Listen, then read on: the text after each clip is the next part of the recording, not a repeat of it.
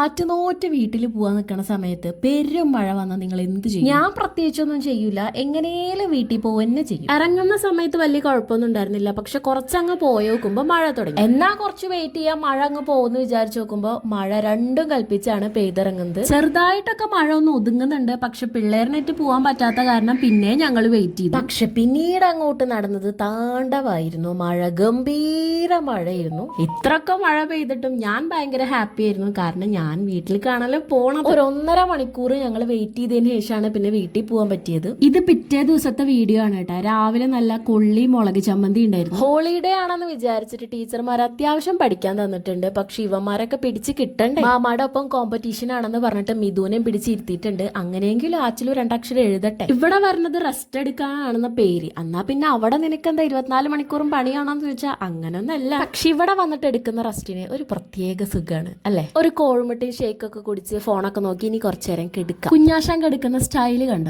ഇങ്ങനൊക്കെ കിടന്നാൽ ഒരു ഗുമ്മുള്ളൂ. നല്ലോണം ഉറങ്ങിക്കഴിഞ്ഞിട്ട് ഞാൻ നല്ലപോലെ കെടുത്താണ് ചെയ്യുക. ഇന്നൊക്കെ എത്ര ഉള്ളൂ, ബാക്കി ഇനി നാളെ കാണാട്ടാ.